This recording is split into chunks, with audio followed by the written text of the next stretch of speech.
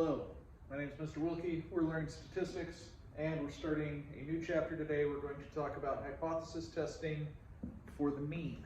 So basically we've learned about hypothesis testing for the population proportion.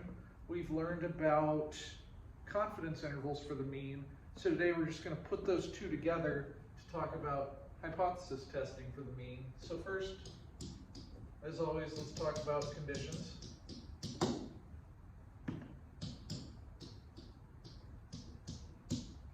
Random, as always.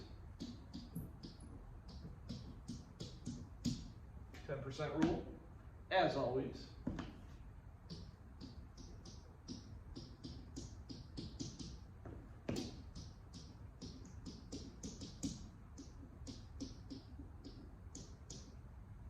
Large counts rule, or approximately normal. If it's approximately normal, it doesn't matter the size. If it's large, it doesn't matter the shape. If it's small, better be approximately normal. If it's approximately normal, great. We can move ahead. Okay? So these are the conditions, as always. H naught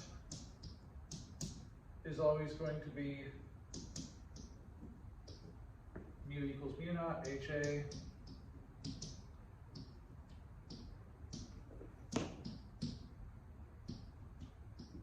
As always, like that, okay?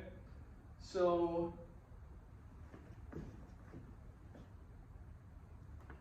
in step 3, we're going to solve for T, okay? T is going to be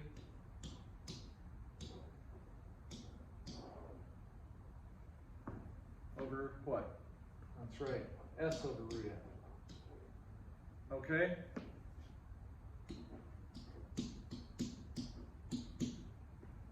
And the degrees of freedom, as always, is going to be n-1. Okay? Any questions so far? This is really everything we've learned just sort of put together, right? Okay? So T, our standardized test statistic, is the statistic, sorry, it should be x bar, minus the parameter over the standard deviation of the statistic. Well, we don't know sigma, so we have to use the standard error of our statistic, S over root n. All right? The T distribution is, it's symmetric single peaked, right? As n increases, it approaches the normal curve. So the larger the sample size, the closer we'll get to normal. Okay?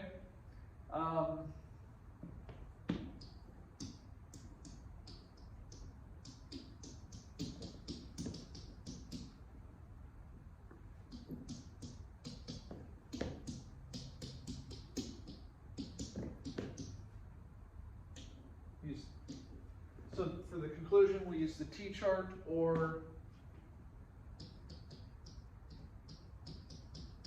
the calculator.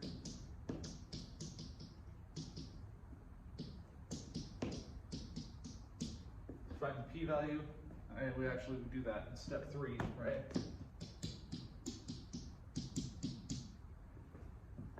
Okay.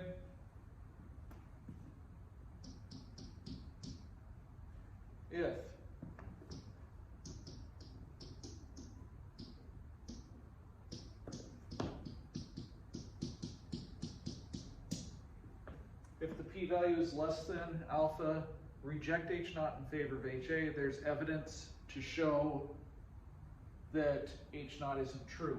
If the p-value is greater than alpha, we fail to reject H naught in favor of HA. There's not enough evidence to show alpha isn't true. Okay? So let's look at the calculator and make sure we understand how it works on the calculator. So I've got some numbers in a list that, maybe? No. Okay, there we go. So I've got some numbers in a list. These are test scores. Let's assume I took some students at random throughout the world and I said, here, take this stats test. I want to see if it's too difficult. I'd like the average to be above 70, okay? So here's some scores. We have n equals 35, I believe. So we had n equals 35, so does the shape matter? It does not. Now I could graph it anyway if I wanted to, right?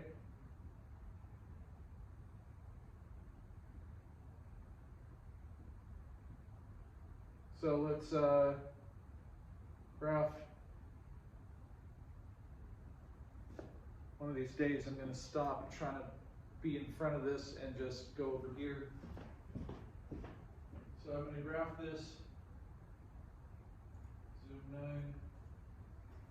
So it's a little bit skewed to the right, but still mostly single peaked, mostly symmetric.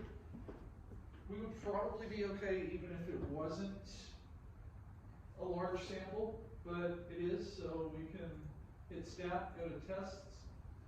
Now, I don't know the standard deviation, so we can't use a z-test. We're going to have to use the t-test, which is right there.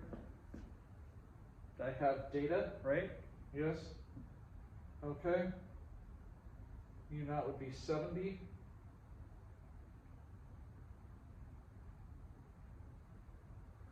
Again, let's go over here, and U naught is 70. I want mine to be, I'm using my L1. I want it to be greater .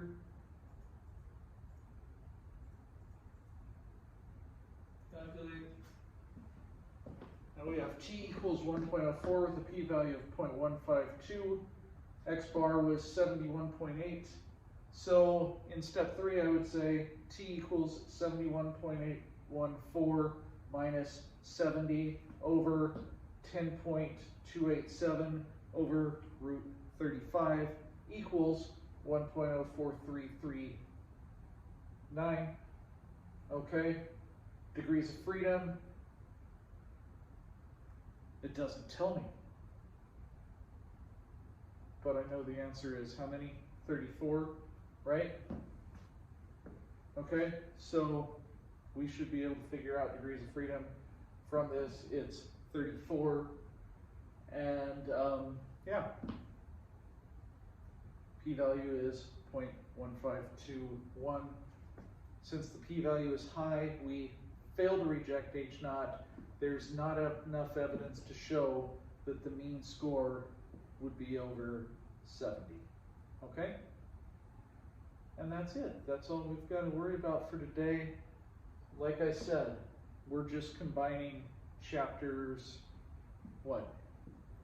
the chapter 9, which was the hypothesis test for proportions, chapter 10, which was confidence intervals for means, to do hypothesis testing for means. Okay? So we'll formalize 4-step inference next lesson, but it should be pretty basic, right? I think so too. All right, well, thank you guys for listening. Thank you to Crass for the t-shirt, and I will see you guys later.